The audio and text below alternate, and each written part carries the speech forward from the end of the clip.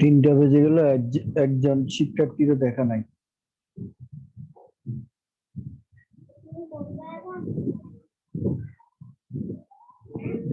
না, শুধু কার জন্য করব?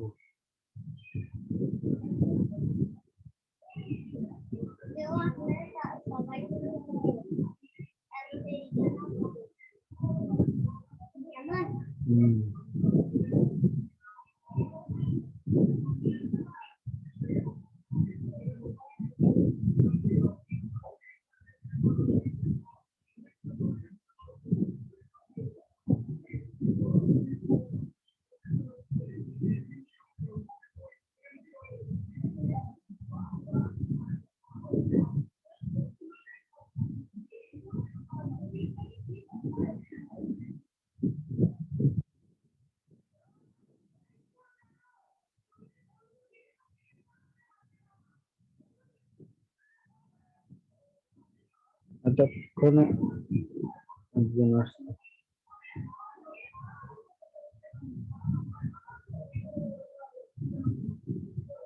হ্যালো,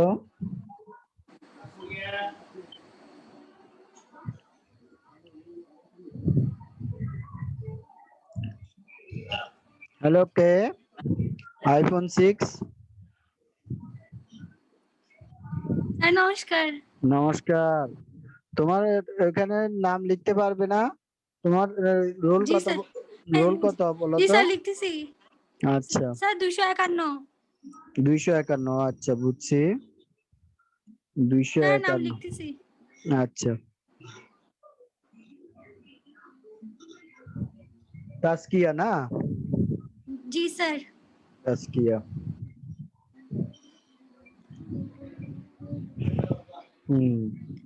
তাসকিয়া বিনতে হাসান। ঠিক জি আছে, স্যার। তোমাকে অনেক ধন্যবাদ, তুমি যে অন্তত জয়েন করলা। কিন্তু গত আমি একটা ক্লাস নিয়েছি, ওখানে তো ওরা, আমি শুরু করার আগেই ওরা দেখলাম যে তৈরি হয়ে আছে, কিন্তু তোমাদের ফোর্থ ইয়ারের মেয়েরা এখনো পর্যন্ত তেমন কেউ আসে নাই, তুমি প্রথম আসলা।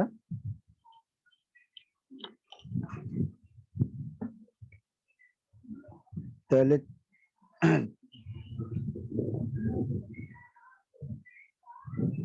তাসকিয়া আসলা, ঠিক আছে, আমি তোমাকে দিয়েই ক্লাস শুরু করছি, ওরা আস্তে আস্তে আসুক, জয়েন করবে। তো তাহলে খাওয়া দাওয়া করছো তো এমনি? হ্যালো তাসকিয়া। 3টা বেজে গেছে তো তাই করি নাই। কেন খাও নাই মানে কেন? স্যার লেট হয়ে গেছে, 3টা বেজে গেছে, তাই জুম ক্লাস অ্যাটেন্ড করতে হবে না। না, ক্লাসে অ্যাটেন্ড করবা, সেই জন্য আগের থেকে তোমার একটা প্রস্তুতি থাকবে না। যেমন আমি কলেজে তোমার ওই যে ফার্স্ট ইয়ার রেজিস্ট্রেশনের কাজ চলতেছে, সেখানে কাজ করলাম দুপুর প্রায় 1টা পর্যন্ত, এসে তাড়াহুড়া করে খাওয়া দাওয়া শেষ করে গোসল করে তারপর এখন ক্লাস নেওয়ার জন্য প্রস্তুতি নিলাম। ঠিক আছে না? একটা প্রস্তুতি রাখবা। আচ্ছা, যাই হোক, তাহলে আমরা দ্রুত শেষ করি। হ্যাঁ, যে আজকে জি আমাদের ব্যাংক ব্যবস্থাপনা, এটার ষষ্ঠ অধ্যায় নিয়ে আজকে আমরা আলোচনা করব। তো ষষ্ঠ অধ্যায়টির নাম হচ্ছে বাণিজ্যিক ব্যাংকের ঋণ ও বিনিয়োগ পোর্টফোলিও। হ্যাঁ, তো এই যে বাণিজ্যিক ব্যাংকের জি, ঋণ, এটা একাদশ শ্রেণীতেও তোমরা পড়ছো। ব্যাংকের এখানে যে সমস্ত বিষয়গুলি আলোচনা আছে সেগুলি হচ্ছে এই যে জি, তোমার আমরা যে ঋণ সংক্রান্ত বিষয়, ঋণ, ঋণের জামানত, হ্যাঁ? এই বিষয়গুলো যে পড়ছিলাম সেগুলাই এখানে আছে। তো আজকেও আমি যে বিষয়টা আলোচনা করব সেটি হচ্ছে ব্যাংক ঋণের প্রকারভেদ। হ্যাঁ? এবং আরেকটা বিষয় আছে জি, সেটা হচ্ছে ঋণ প্রদানে ব্যাংকের বিবেচ্য বিষয়। এই ২ টা বিষয় নিয়ে মূলত আলোচনা করব। ঠিক আছে? খা এ জি, খাতা রাখো, খাতা এবং কলম রাখো। ইম্পোর্টেন্ট বিষয়গুলো লিখে নিও। ঠিক আছে? জি, তাহলে ১ম এ আমরা দেখতেছি ব্যাংক ঋণের প্রকারভেদ। সেখানে ব্যাংক ঋণকে বিভিন্ন দৃষ্টিকোণ থেকে ভাগ করছে। তার মধ্যে ১ম দৃষ্টিকোণ হচ্ছে প্রকৃতি অনুযায়ী ঋণ। অর্থাৎ ঋণের বৈশিষ্ট্য বা ধরন অনুযায়ী ঋণকে প্রধানত ২ ভাগে ভাগ করা যায়। অর্থাৎ ঋণ যে কয় ধরনের আছে তার মধ্যে যে বৈশিষ্ট্য, অর্থাৎ ঋণগুলি কি রকমের ঋণ তার বৈশিষ্ট্য অনুযায়ী ২ ভাগে ভাগ করেছে। তার মধ্যে ১ম ভাগটা হচ্ছে তহবিল হতে দেয় ঋণ। তহবিল হতে দেয় ঋণ। আর ঋণ তো সহজেই জানো। ঋণ কি? ঋণ হচ্ছে এমন কিছু অর্থ যা ফেরত দানের শর্তে প্রদান করা হয়ে থাকে। ফেরত দানের শর্তে প্রদান করা হয়ে থাকে। আমরা আরো জানি ব্যাংক জনগণের নিকট থেকে স্বল্প সুদে আমানত গ্রহণ করে এবং জনগণকে অধিক সুদে ঋণ প্রদান করে। করে। এই ২ টার যে পার্থক্য, সেই পার্থক্যটাই হচ্ছে ব্যাংকের মুনাফা। ঠিক আছে? তো তাহলে জি, তহবিল হতে দেয় ঋণ, তহবিলটা কি? তহবিল হচ্ছে ব্যাংকের যে নিজস্ব মূলধন থাকে এবং জনগণের নিকট থেকে আমানত হিসেবে যে অর্থ গ্রহণ করে, এগুলোই হচ্ছে ব্যাংকের তহবিল। তো ব্যাংক তার নিজস্ব তহবিল হতে যে ঋণ প্রদান করে তাহাকেই তহবিল হতে দেয় ঋণ বলে। এই ঋণটা প্রধানত ৩ ধরনের, যথা ধার ১ নাম্বার। ধার মানে কি? আমরা এটা ধার শব্দটা তো এমনি নিজেরাও ব্যবহার করে থাকি। তো এখানে ধার বলতে এই ঋণ নগদে না দিয়ে ঋণ হিসাবের মাধ্যমে দেওয়া হয়। অর্থাৎ ব্যাংক গ্রাহকের নামে একটি ঋণ হিসাব খোলে, সেই হিসাবে ঋণের টাকাটা স্থানান্তর করে। তারপর গ্রাহক নিজের সুবিধা অনুযায়ী একসাথে সকল টাকা অথবা আলাদা আলাদাভাবে টাকাগুলো উত্তোলন করে। এই ব্যবস্থাকে বলা হচ্ছে যে ধার। তাহলে ধার কি? ধার হচ্ছে এমন এক ধরনের ঋণ যেটা নগদে না দিয়ে ব্যাংক তার গ্রাহককে ঋণ হিসাবের মাধ্যমে প্রদান করে। ব্যাংক একটা ঋণ হিসাব খুলে নেয় গ্রাহকের নামে, সেই হিসাবে টাকাটা স্থানান্তর করে। তারপর সেখান থেকে গ্রাহক টাকাটা উত্তোলন করে। এটা হচ্ছে ধার। এরপর নগদ ঋণ। পণ্য বা অস্থাবর সম্পত্তি জামানত রেখে এ ঋণ, অর্থাৎ নগদ ঋণ হিসাব বা চলতি হিসাবের মাধ্যমে প্রদান করা হয়। অর্থাৎ গ্রাহকের নিকটে জামানত। জামানতটা কি? জামানত হচ্ছে ঋণের বিপরীতে যে সম্পদ ব্যাংক বন্ধক রাখে। গ্রাহকের যে সম্পদ ব্যাংক বন্ধক রাখে সেই সম্পদটাকে বলা হয় যে জামানত। তো জামানত এখানে কি কি হতে পারে? পণ্য হতে পারে অথবা অস্থাবর স্যার সম্পত্তি। জামানাটা কি বলছেন আবার একটু বলবেন? হ্যাঁ, অবশ্যই। জামানত হচ্ছে লেখো ঋণের স্যার বিপরীত। জামানাটা কি বলছেন? আবার বলতেছি, তুমি লেখো ঋণের বিপরীতে যে সম্পদ ব্যাংক বন্ধক রাখে। ঋণের বিপরীতে যে সম্পদ ব্যাংক বন্ধক রাখে তাকে জামানত বলে। স্যার লিখছি। হ্যাঁ, তাহলে এই জামানতটা অনেক সময় এই যে এক্সপোর্ট ইম্পোর্টের ক্ষেত্রে ইম্পোর্ট করে না, আমদানি করে পণ্য সামগ্রী, সেই পণ্য সামগ্রী জি, জামানত হিসাবে রাখে অনেক সময়। অনেক সময় দলিল, মনে করো দোকানের দলিল বা কোনো সিকিউরিটিজ, অর্থাৎ সঞ্চয়পত্র, এগুলিও অস্থাবর সম্পত্তি। স্থাবর সম্পত্তি কোনগুলো? অর্থাৎ স্থায়ী সম্পদ যেগুলো, যেমন জমি, দালান কোঠা, এগুলি হচ্ছে স্থাবর সম্পত্তি। আর অস্থাবর সম্পত্তি হচ্ছে যেগুলি সহজে বিক্রয় করা যায়, স্থানান্তর করা যায়, সেগুলি অস্থাবর সম্পত্তি। তো এই ধরনের সম্পত্তি অথবা পণ্য জামানত হিসাবে রেখে ব্যাংক নগদ হিসাব অথবা চলতি হিসাবের মাধ্যমে, নগদ ঋণ হিসাব বা চলতি হিসাবের মাধ্যমে ব্যাংক এই ঋণের অর্থ প্রদান করে, তাকে বলা হচ্ছে নগদ। তাহলে নগদ ঋণ আমরা সংক্ষেপে কিভাবে মনে রাখবো? যে পণ্য বা অস্থাবর সম্পত্তি জামানত হিসাবে জমা রেখে যে ঋণ প্রদান করা হয় তাকেই বলা হয় যে মূলত নগদ ঋণ। তাহলে এরপর আরেকটি আছে যে জমাতিরিক্ত ঋণ। জমাতিরিক্ত ঋণ কি? এটা তো সহজে বোঝা যায়, এটা ইন্টারিও কোর্সে মনে আছে। চুক্তি অনুযায়ী ব্যাংক চলতি হিসাবের গ্রাহককে তার জমার অতিরিক্ত নির্দিষ্ট সীমা পর্যন্ত অর্থ উত্তোলনের সুযোগ দিলে তাকে জমাতিরিক্ত ঋণ বলে।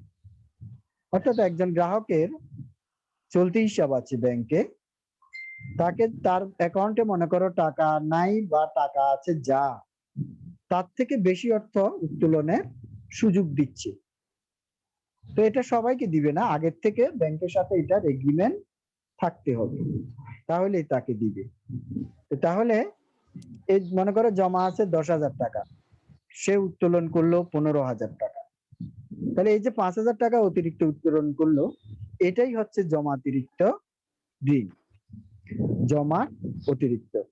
তো তাহলে তহবিল হতে ব্যাংক যে ঋণ দিচ্ছে সেটা 3 ধরনের: ধার, নগদ ঋণ এবং জমাতিরিক্ত ঋণ। এরপর আসো, এই যে প্রথমে বলা হয়েছিল যে মানে প্রকৃতি অনুযায়ী 2 ধরনের, তার মধ্যে দ্বিতীয় হলো যে দলিলি ঋণ। দলিলি ঋণ, দলিলি ঋণ কি? নাম থেকে বোঝা যাচ্ছে যে ঋণ বিভিন্ন প্রকার দলিল ইস্যুর মাধ্যমে প্রদান করা হয় তাকে দলিলি ঋণ বলে। তাহলে বিভিন্ন প্রকার দলিল ইস্যুর মাধ্যমে যে ঋণটা দেওয়া হচ্ছে তাকেই বলা হচ্ছে যে দলিলি ঋণ। তাহলে এটা প্রধানত 2 ধরনের। কি কি? বাণিজ্যিক দলিলি ঋণ। বাণিজ্যিক দলিলি ঋণ যে সকল ঋণের দলিল ব্যবসা বাণিজ্যে সহযোগিতার উদ্দেশ্যে ইস্যু করা হয়ে থাকে তাকে বাণিজ্যিক দলিলি ঋণ বলে। যেমন প্রত্যয়পত্র, লেটার অফ ক্রেডিট। প্রত্যয়পত্র তোমরা আগেই জেনেছ প্রত্যয়পত্র সম্পর্কে। প্রত্যয়পত্র হচ্ছে ব্যাংক কর্তৃক ইস্যুকৃত একটি দলিল যা গ্রাহকের পক্ষে নিশ্চয়তা, অর্থ পরিশোধের নিশ্চয়তা প্রদান করে। ইস্যুকৃত দলিল, এরপরে কি বলছেন? ইস্যুকৃত দলিল, এখানে ইস্যুকৃত দলিল যা গ্রাহকের পক্ষে অর্থ পরিশোধের নিশ্চয়তা প্রদান করে। গ্যালাক্সি A30, তোমার নামটা লেখো, রোল নাম্বারটা আমাকে বলো কত? স্যার ফারজানা আক্তার 203। ফারজানা আক্তার 203। হুম,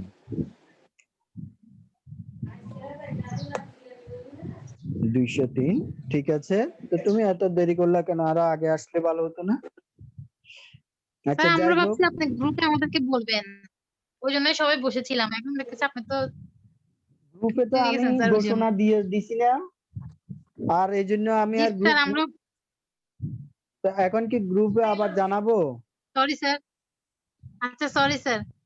আচ্ছা ঠিক আছে, গ্রুপে তো না, গ্রুপে তো আমি জানাই নাই যে, কারণ আমি তো, আচ্ছা তারপর গ্রুপে জানাই না যে, আমি তো আগে ঘোষণা দিয়ে দিয়েছি, তো ওই কারণে আর গ্রুপে জানাই নাই। আমি বলি যে গ্রুপে তো বলাই হয়েছে। হুম, জি স্যার। আচ্ছা ঠিক আছে। উম,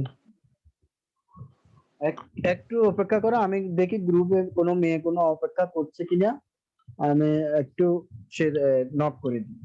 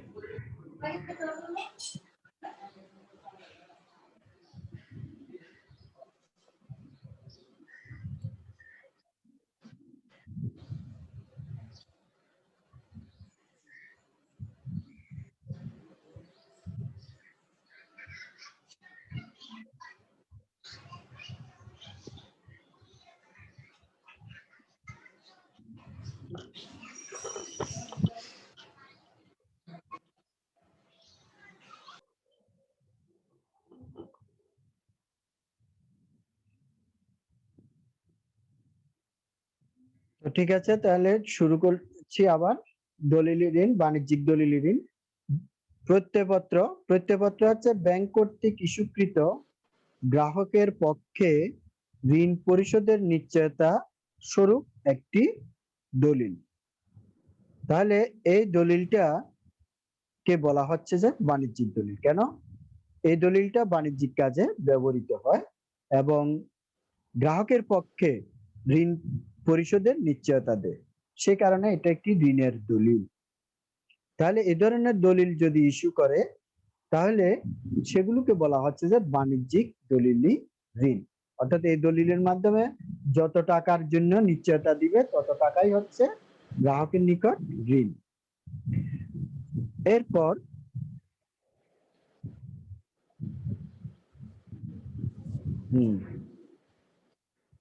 অবাণিজ্যিক দলিলি ঋণ।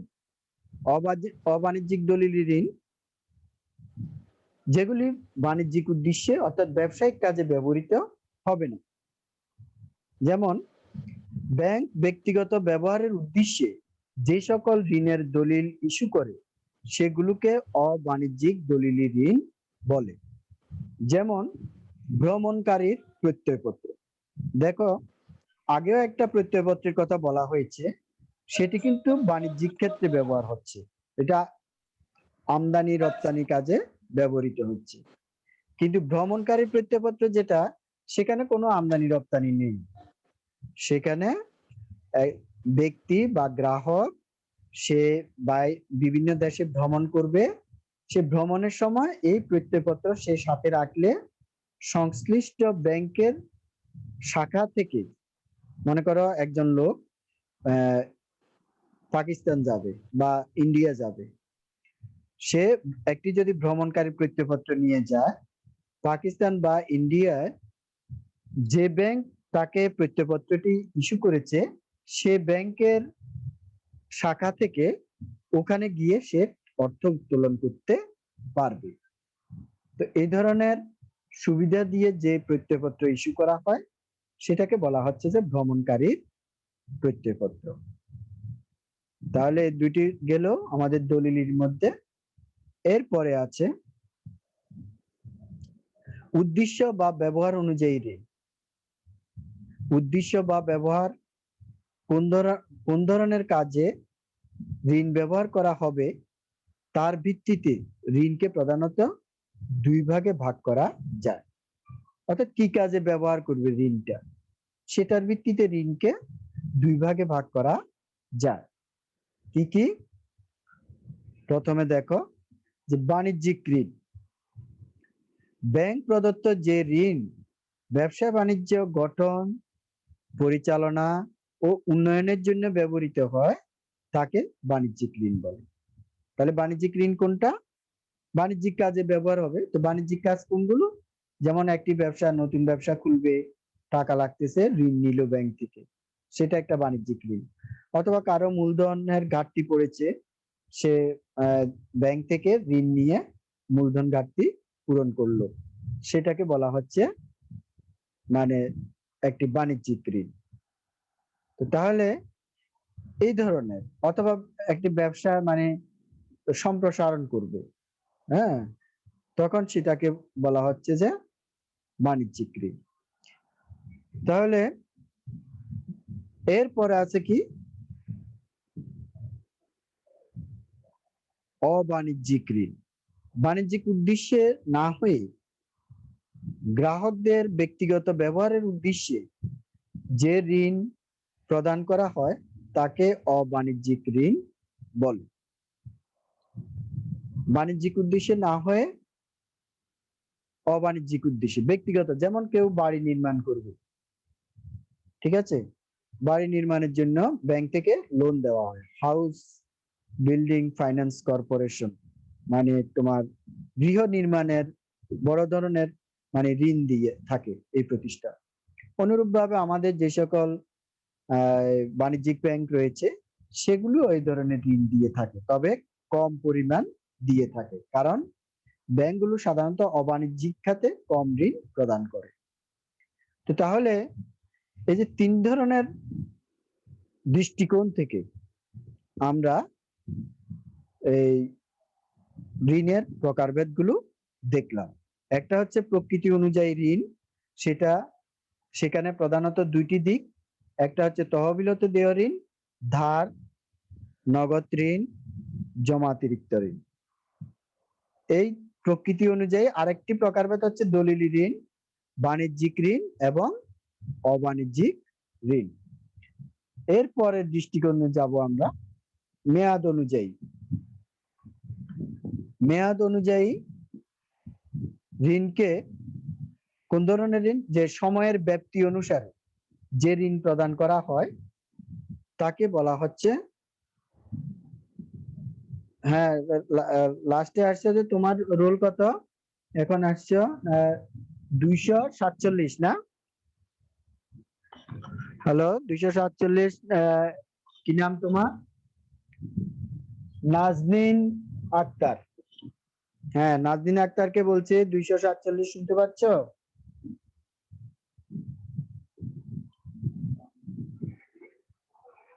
আচ্ছা,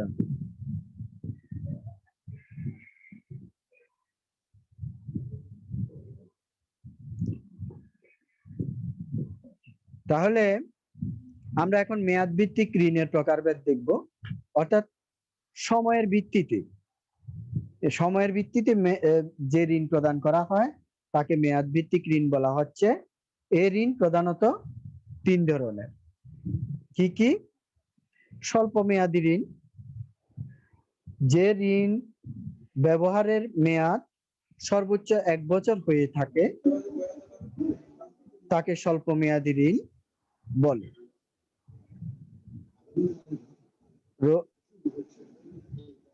তুলনা 250 রোল, তোমার কি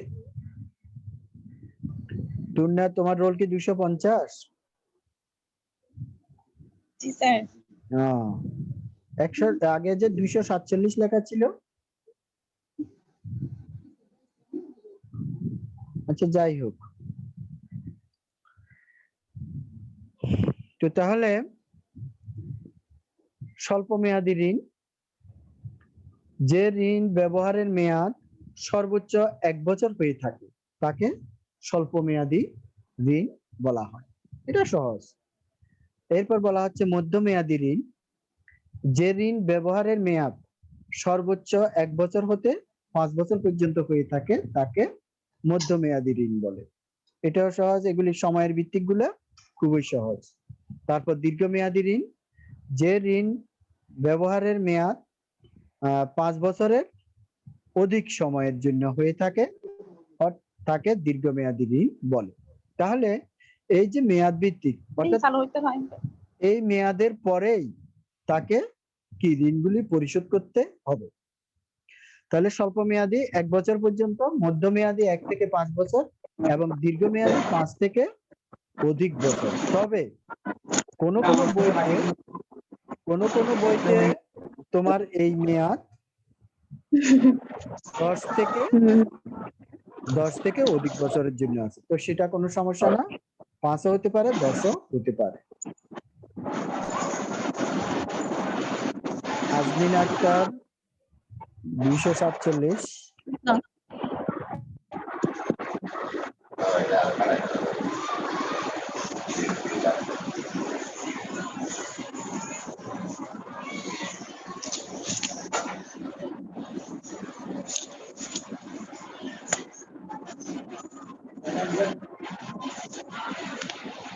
আচ্ছা, এরপরে আসি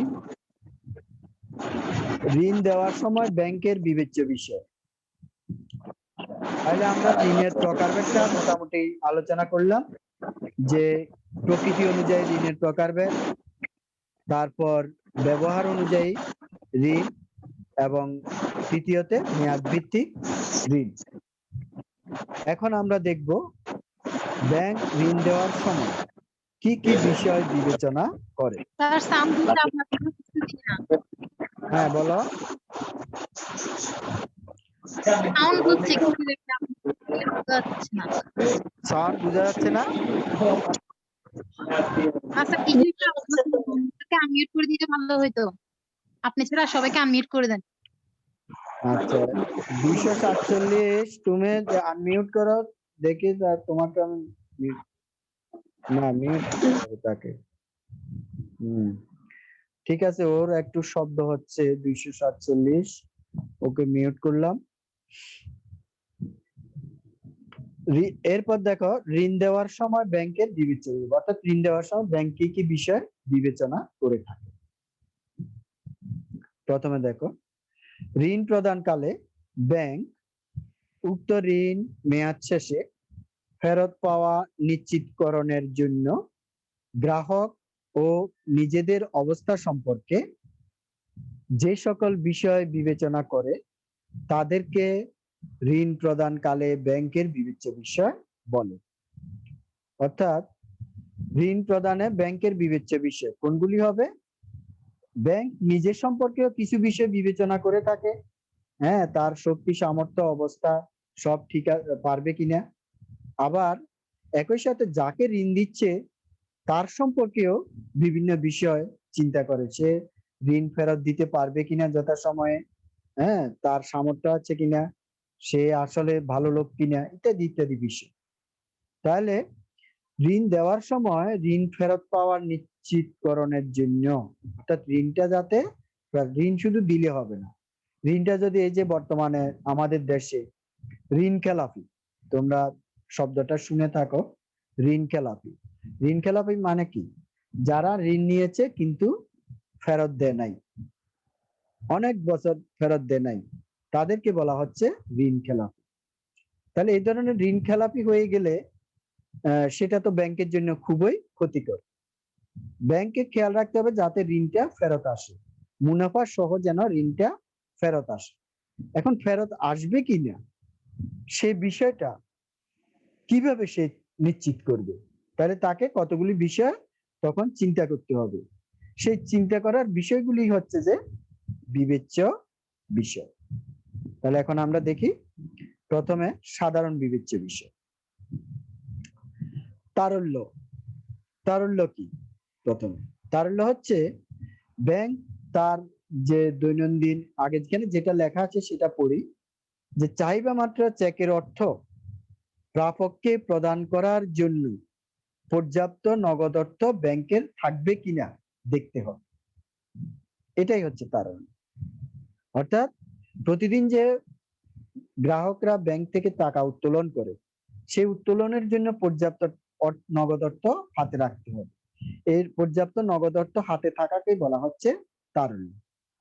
এই তারল্য যদি না থাকে তাহলে চেক আনবে গ্রাহক, কিন্তু ব্যাংক টাকা দিতে পারবে না, এটা হলে যে তারল্য সংকট বা তারল্য ঘাটতি। এটা ব্যাংকের জন্য দুর্নাম বা ক্ষতিকর, সুনাম ক্ষুণ্ণ হবে যে ওই ব্যাংকে গেলে ঠিকমতো চেকের টাকা পরিশোধ করতে পারে না। এই জন্য কোনো ব্যাংক চাইবে না যে তার গ্রাহক এই নগদ অর্থের ঘাটতির জন্য মানে ফেরত যাবে, এটা কোনো ব্যাংক চায় না। তো এই জন্য এই অর্থটা আগে হাতে থাকবে কিনা সেই বিষয়টি আগে নিশ্চিত করতে হবে। অর্থাৎ এটা কিভাবে নিশ্চিত করবে? তাদের দৈনন্দিন কি পরিমাণ অর্থ গ্রাহকরা উত্তোলন করে তার একটা গড় হিসাব, মানে আনুপাতিক গড় হিসাব। মানে দেখা যায় যে হয়তো একটি ব্যাংকে একটি শাখায় প্রতিদিন প্রায় 10 লক্ষ টাকা উত্তোলন হয়।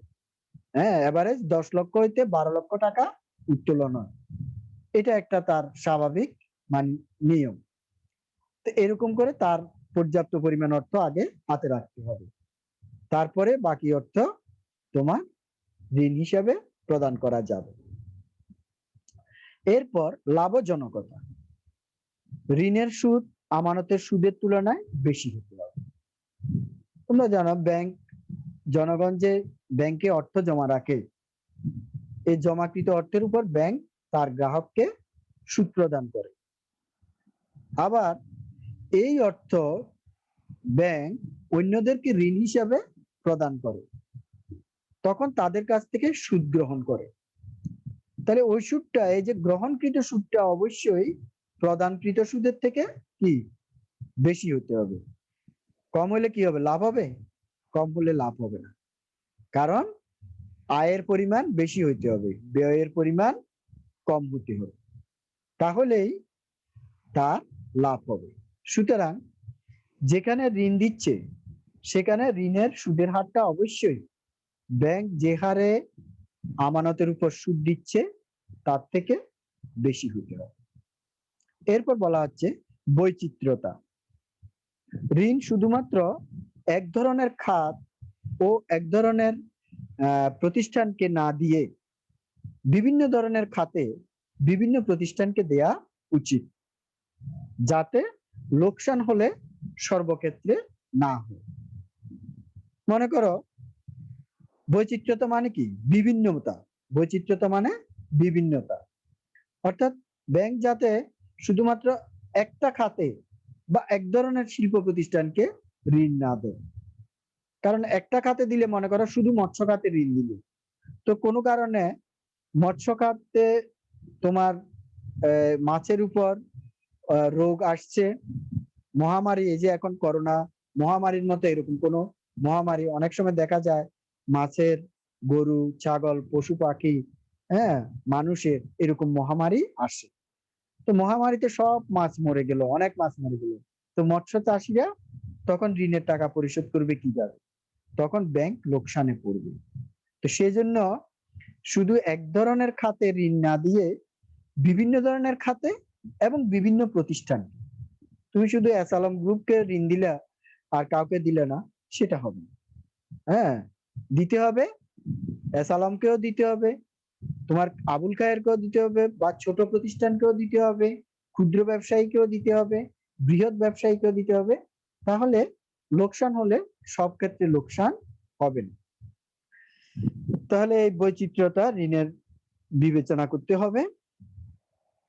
এরপর দেখতে হবে মেয়াদ মিশ্রণ। মেয়াদ মানে আমরা একটু আগে দেখছি যে ঋণ বিভিন্ন মেয়াদে দেওয়া হয়ে থাকে, স্বল্প মেয়াদে, মধ্য মেয়াদে, দীর্ঘ মেয়াদ। তাহলে এই শুধু এক ধরনের মেয়াদের ঋণ দিলে তোমার নগদ অর্থের একটা সংকট দেখা দিতে পারে। সে কারণে বিভিন্ন মেয়াদে ঋণ দিতে হবে। যে ঋণ এক ধরনের মেয়াদে না দিয়ে বিভিন্ন মেয়াদে দেয়া উচিত, যাতে নগদ অর্থের আগমন নির্গমন স্বাভাবিক থাকে। এরপর জামানত।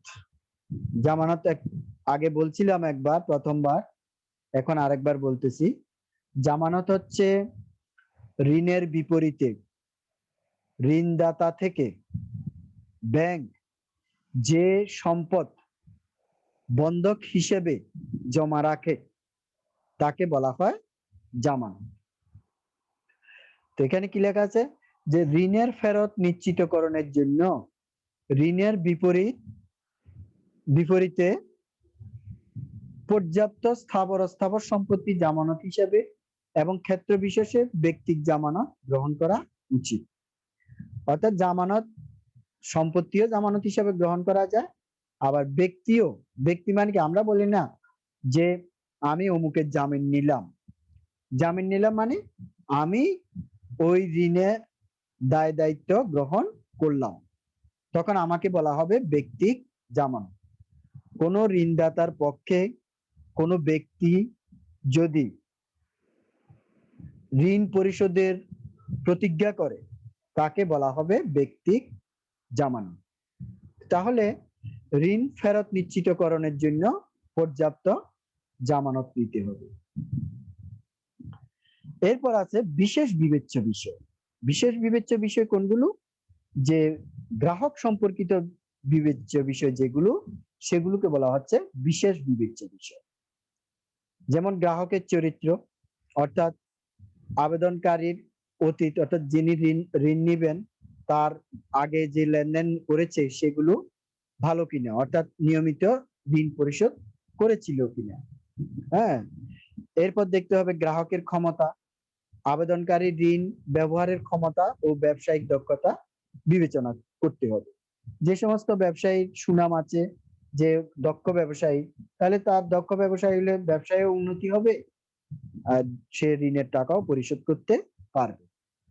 এই বিষয়টা খেয়াল করতে হবে। এরপর আর্থিক অবস্থা, আবেদনকারী আর্থিক অবস্থার মধ্যে নিজস্ব মূলধন ও ঋণকৃত মূলধনের অনুপাত বিবেচনা করতে হবে।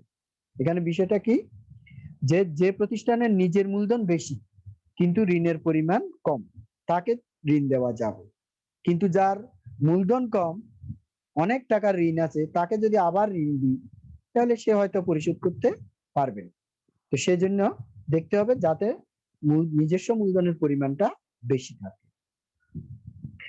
এরপর ঋণ গ্রহণের উদ্দেশ্য, উৎপাদনশীল ও লাভজনক খাতে ঋণ প্রদান করতে হবে, অর্থাৎ ঋণ এমন খাতে দিতে হবে তোমার অনুৎপাদনশীল খাতগুলি যেমন বাড়ি নির্মাণ, গাড়ি ক্রয়, তারপরে যে হাউস হোল্ড সামগ্রী, যে মনে করো ফ্রিজ কেনার জন্য, টেলিভিশন কেনার জন্য ঋণ দিয়ে থাকে, এই ধরনের ঋণ কম দিতে হবে, কারণ এই ধরনের ঋণ অনুৎপাদনশীল খাত। এই ধরনের খাতে দিলে হয়তো ঋণ ফেরত পাওয়া নাও যেতে পারে। তাহলে মোটামুটি এই বিষয়গুলো আমাদেরকে বিবেচনা করতে হবে, যে ঋণ ফেরতের উৎস, ঋণ যে ফেরত দিবে কোত্থেকে দিবে, তার সেরকম সুযোগ আছে কিনা। হ্যাঁ, ঋণ ফেরত পাওয়ার ক্ষেত্রে গ্রাহকের আয়ের উৎস, কোত্থেকে সে আয় করে, সে আয় কি নিশ্চিত আয় কিনা, সেই বিষয়গুলো বিবেচনা করতে হবে। তাহলে আমরা প্রায় শেষ পর্যায়ে তোমার ঋণ প্রদানের সময় ব্যাংক তার নিজের সম্পর্কে এবং গ্রাহক সম্পর্কে যে সকল বিষয় চিন্তা করে বা বিবেচনা করে সেই বিষয়গুলি আমরা এতক্ষণ আলোচনা করলাম। তোমরা যদি এর মধ্যে কোনোটা না বুঝে থাকো এখন আমাকে জানো। এর পাশাপাশি ভাষা, এই চ্যাপ্টারটি অনেক বড় চ্যাপ্টার, অনেকগুলো বিষয় আছে, তো তোমরা এগুলি একাদশ ইন্টারমিডিয়েটেও পড়েছ, হ্যাঁ, অনেকগুলো বিষয়। তো সে কারণে আমি কিছু প্রশ্ন দিয়ে দিয়েছি, এই প্রশ্নগুলো তোমরা বই বাসায় নিচে আছে, না থাকলেও বই কিনে ফেলবা। বইতে দেখলে তোমরা হয়তো জানবে, না জানলেও আমাকে জানাবে, আমি তোমাদেরকে এগুলি জানিয়ে দেব। ব্যাংক ঋণের জামানত বলতে কি বুঝো? উত্তম এগুলি খাতায় লিখে নাও তোমরা। ব্যাংক ঋণের জামানত বলতে কি বুঝো? উত্তম জামানতের বৈশিষ্ট্যগুলো কি কি? জামানতের প্রকারভেদ আলোচনা করো। ধার ও নগদ ঋণের মধ্যে পার্থক্য, এটা বেশি আসে। নগদ ঋণ ও জমাতিরিক্ত ঋণের মধ্যে পার্থক্য, এই দুইটা পার্থক্য অবশ্যই ভালো করে পড়বে। যদি কিছু না বুঝে থাকো আগামী ক্লাসে বলবে অথবা ফোন করেও জানাতে পারো, আমি তখন তোমাদেরকে জানাবো, অথবা তোমরা আমাদের যে গ্রুপ আছে গ্রুপেও জানাতে পারবে কোনো সমস্যা থাকলে। আর তোমাদের কি লেখা শেষ হয়েছে?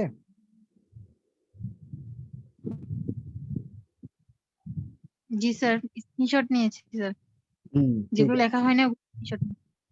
আচ্ছা, তো ঠিক আছে তাহলে আমি মোটামুটি এই দুইটি টপিক পরিপূর্ণভাবে আলোচনা করছি। যদি তোমাদের কোনো সমস্যা থাকে তাহলে জানাতে পারবে। আমি এখন স্ক্রিন শেয়ারটা অফ করতেছি। তাহলে এই তিনজনে তোমরা কিন্তু আমার আগের ক্লাসে অ্যাকাউন্টিং থার্ড ইয়ারে অনেক মেয়ে ছিল, তোমরা কেন জানি কম উপস্থিতি।